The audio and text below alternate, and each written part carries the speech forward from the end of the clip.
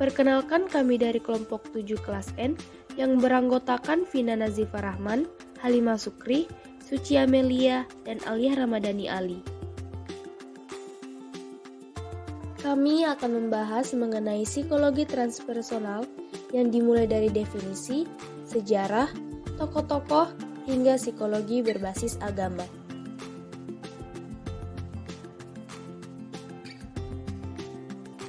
Definisi yang pertama yaitu etimologis. Menurut etimologis, kata transpersonal terdiri dari dua kata yaitu trans yang berarti beyond atau melewati dan personal yang artinya diri manusia. Secara bahasa, psikologi transpersonal berarti psikologi yang mempelajari tentang dimensi yang melewati diri manusia. Psikologi transpersonal tertarik pada isu-isu mengenai pengalaman puncak atau peak experience, trance, altered state of consciousness, pengalaman mistik, perkembangan spiritual, dan lain-lain. Sederhananya, psikologi transpersonal fokus pada dimensi spiritual dari manusia. Selanjutnya menurut Lajoie dan Shapiro. Lajoie dan Shapiro pada tahun 1992 menyatakan bahwa psikologi transpersonal merupakan ilmu yang mempelajari potensi tertinggi manusia dengan mengakui, memahami, dan merealisasikan kesatuan kesadaran spiritual dan transenden.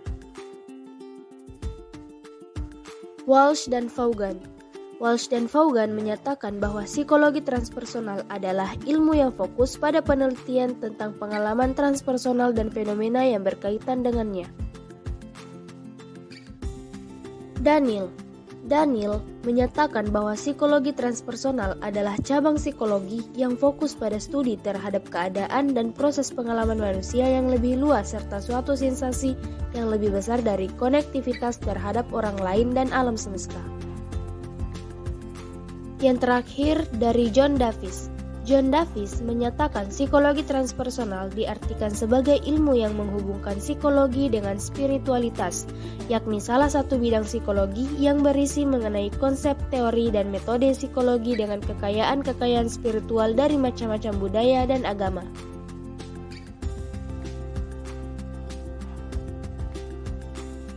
Sejarah. Psikologi transpersonal merupakan aliran baru dalam psikologi yang mendeklarasikan diri sebagai mazhab keempat psikologi.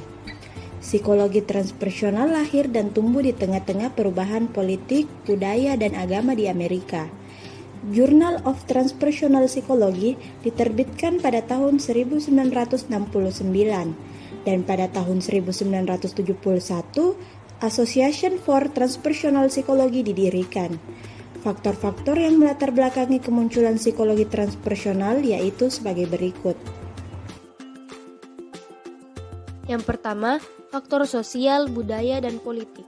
Pada tahun 1967, muncul berbagai gerakan kontra budaya yang menunjukkan ketidakpuasan terhadap kondisi dan budaya yang selama ini dijalani, yaitu keinginan kaum perempuan untuk mendapatkan persamaan hak dalam berbagai konteks kehidupan, protes dan tuntutan kaum minoritas untuk diperlakukan secara adil, serta munculnya kesadaran di kalangan masyarakat Amerika untuk berpikir dan bertindak dengan cara baru.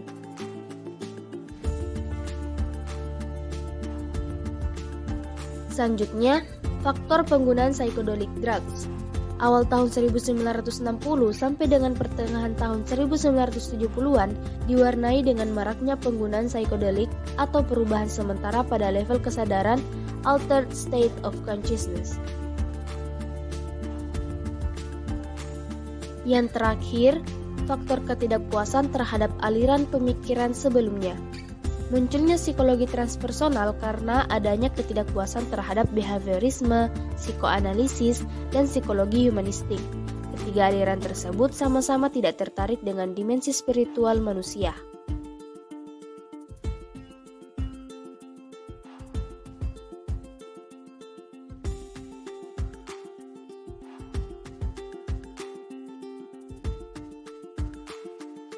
Tokoh-tokoh sebelum munculnya psikologi transpersonal.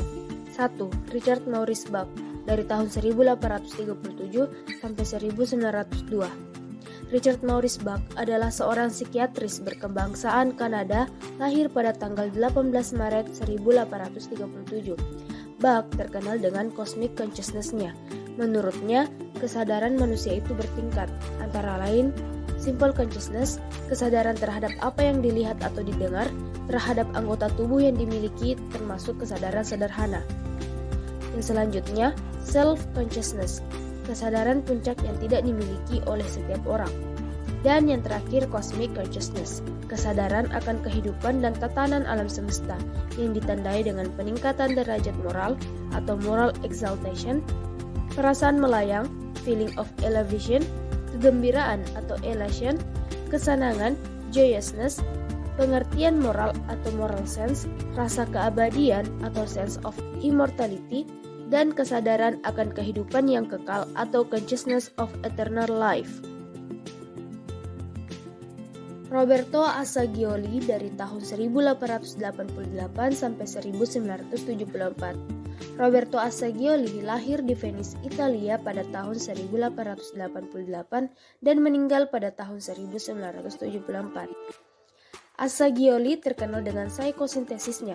Assagioli berupaya memahami manusia secara utuh sehingga manusia bisa dipahami secara holistik. Menurut Assagioli, ada dua hal yang harus dilakukan supaya manusia berfungsi sepenuhnya, yaitu meningkatkan personal psikosintesis dan transpersonal psikosintesis.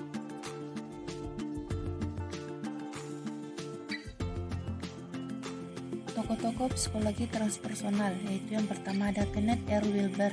Kenneth R. Wilber lahir pada tanggal 31 Januari 1949 di Oklahoma City.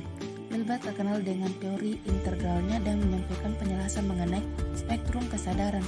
Konsep berikutnya yang juga penting dijelaskan adalah mengenai state of consciousness. Menurut Wilber, pengalaman sadar manusia bukan domain holon subjektif saja, tapi dominan semua holon. Kesadaran individual mempengaruhi dan dipengaruhi oleh kesadaran kolektif. State of consciousness, seseorang bisa berubah natural consciousness, altered state of consciousness atau peak of experience. Kedua ada Stanislav Grof. Grof lahir pada tanggal 1 Juli 1971 di Cekoslovakia. Fokus penelitian Grof adalah mengenai non-ordinary status of consciousness. Awalnya Grof melakukan penelitian psikodelik, yaitu meneliti pengaruh lysergic acid death limit terhadap jiwa. Ia kemudian mengganti tersebut dengan teknik pernapasan lalu mengembangkan holotropic breathwork. Holotropic breathwork. Kata holotropic berasal dari bahasa Yunani yang diartikan menjadi moving toward wholeness atau bergerak menuju keutuhan. Holotropic breathwork merupakan teknik eksplorasi diri dan psikoterapi yang memungkinkan terapis memasuki dan mengakses ketidaksadaran pasiennya. Holotropic breathwork dikembangkan berdasarkan pada hasil-hasil penelitian mutakhir dalam psikologi atau psikiatrik dan juga praktik ritual dan spiritual yang biasa dipraktikkan di berbagai budaya. Ketiga ada Robert Frager. Frager lahir pada tanggal 20 Juni 1940 pada tahun 1981. Frager memeluk agama Islam dan menekuni psikologi Sufi dan pada tahun 1985 dikukuhkan sebagai mursyid. Psikologi Sufi. Frager menjelaskan ada 9 hal yang membedakan antara psikologi Sufi dan psikologi modern. Yang pertama, psikologi modern menganggap alam semesta bersifat materi, sedangkan psikologi Sufi menganggap bahwa alam semesta merupakan ciptaan Tuhan dan merupakan indikasi kehadirannya. Yang kedua, psikologi modern berkeyakinan bahwa struktur manusia tidak lebih dari tubuh dan pikiran, sedangkan psikologi Sufi menganggap bahwa hati spiritual merupakan elemen dari manusia. Ketiga, psikologi modern memandang manusia dari sudut pandang negatif dan keterbatasan-keterbatasannya, sedangkan psikologi Sufi memandang manusia memiliki potensi untuk lebih baik dari malaikat atau bahkan lebih rendah dari binatang. Keempat, psikologi modern menganggap bahwa puncak kesadaran manusia adalah kesadaran rasional, sedangkan psikologi Sufi menganggap kesadaran manusia lebih luas lagi. Kelima, psikologi Barat menganggap penting harga diri dan ego, sedangkan psikologi Sufi membagi kelakuan menjadi dua, yaitu positif dan negatif. Keenam, psikologi modern mempunyai keyakinan bahwa kepribadian manusia merupakan suatu Konstruk yang utuh. Psikologi Sufi memandang kepribadian terdiri dari beragam sifat dan cenderung harus disatukan agar memahami perkembangan dan kepribadian. Ketujuh, psikologi modern menempatkan rasio dan logika sebagai instrumen utama dalam memperoleh pengetahuan, sedangkan psikologi Sufi justru meyakini adanya kecerdasan lain yang lebih tinggi memungkinkan manusia bisa mengenali kebenaran spiritual dan makna hidup. Kedelapan, psikologi modern menentukan bahwa pengetahuan yang benar harus dinyatakan dalam bahasa yang masuk akal, sedangkan psikologi Sufi memandang bahasa sebagai suatu yang terbatas. 9. Psikologi modern meyakini bahwa iman berhubungan dengan sesuatu yang tidak nyata, sedangkan psikologi Sufi justru memandang keimanan merupakan keyakinan terhadap sesuatu yang luput dari pengetahuan terhadap hal-hal yang sifatnya material.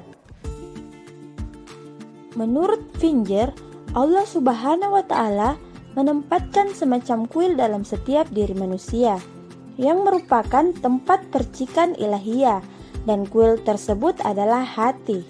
Hati di sini bukanlah hati secara fisik atau yang biasa dikenal dengan jantung, tetapi hati spiritual batinia atau yang biasa dikenal dengan kalbu.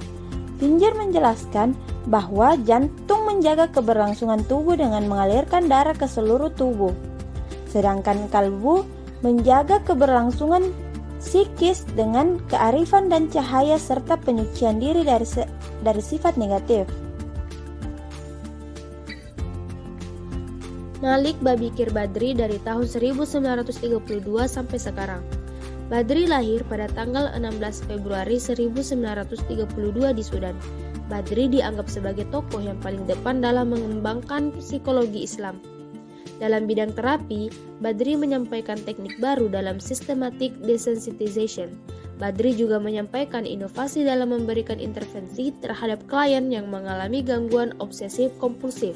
Dalam mengatasi masalah gangguan obsesif-kompulsif, Badri mengombinasikan antara terapi kognitif dan spiritually oriented mindfulness dan acceptance therapy.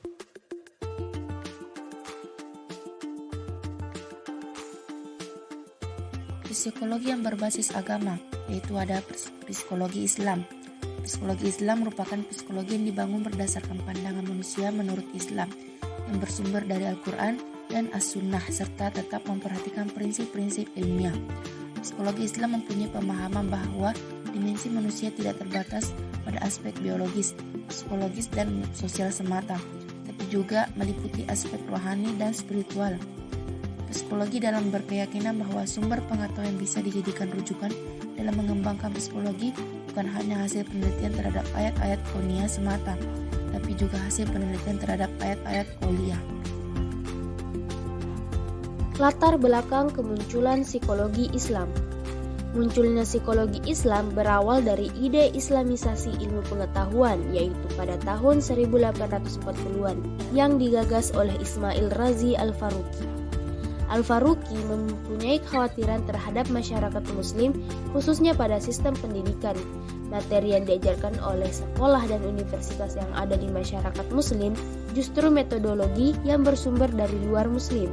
Oleh karena itu, Al-Faruqi menawarkan perubahan dengan mengubah sistem pendidikan, yang salah satunya adalah dengan islamisasi pengetahuan modern. Pengembangan psikologi Islam. Psikologi Islam sudah banyak dikembangkan di berbagai belahan dunia dan sudah diakui oleh psikologi modern sekalipun.